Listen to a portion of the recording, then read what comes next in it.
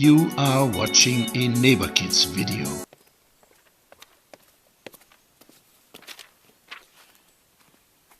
Have you ever wondered where the giant Walt Disney empire started? Right here in Germany, in a little town by the name of Kassel. To be precise, it is Kassel Niederzweren, where a young woman listened to stories from the faraway Orient, where people came to bring their goods. Her name was Dorothy Pearson, later Dorothy Viehmann.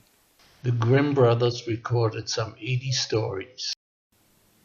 A sketch of Dorothy Viehmann done by the Grimm brothers. I took this sketch and colored it, modified it, and animated it. So basically, we brought her back to life. Virtual life.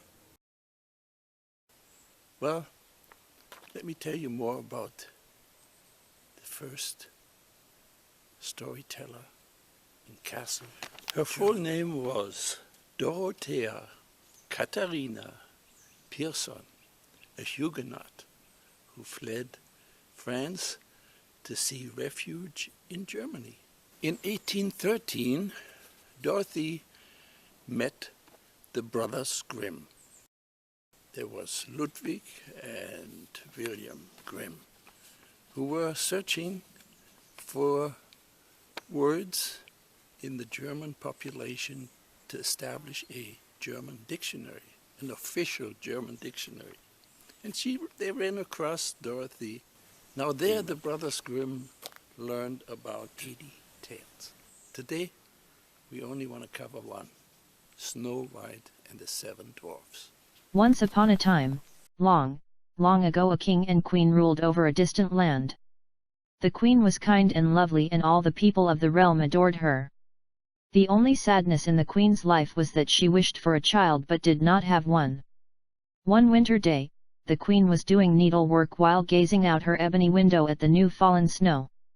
A bird flew by the window, startling the queen, and she pricked her finger. 3 drops of blood fell on the snow outside her window.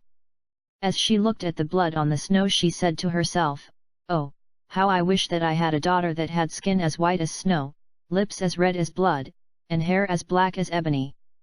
Soon after that, the kind queen got her wish when she gave birth to a baby girl who had skin white as snow, lips red as blood, and hair black as ebony.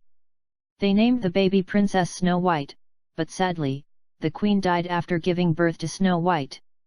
And the story continues. Soon after, the king married a new woman who was beautiful, but as well proud and cruel. She had studied dark magic and owned a magic mirror, of which she would daily ask, "Mirror, mirror on the wall, who's the fairest of them all?" Each time this question was asked, the mirror would give the same answer, "Thou, O queen, art the fairest of all." This pleased the queen greatly, as she knew that her magical mirror could speak nothing but the truth. One morning when the queen asked, "Mirror, mirror on the wall, who's the fairest of them all?" she was shocked when it answered, "You, my queen, are fair, it is true. But Snow White is even fairer than you." The queen flew into a jealous rage and ordered her huntsman to take Snow White into the woods to be killed. She demanded that the huntsman return with Snow White's heart as proof. The poor huntsman took Snow White into the forest, but found himself unable to kill the girl. Instead, he let her go, and brought the queen the heart of a wild boar.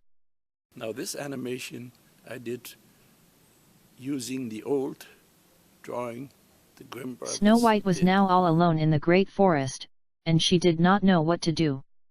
The trees seemed to whisper to each other, scaring Snow White, who began to run. She ran over sharp stones and through thorns.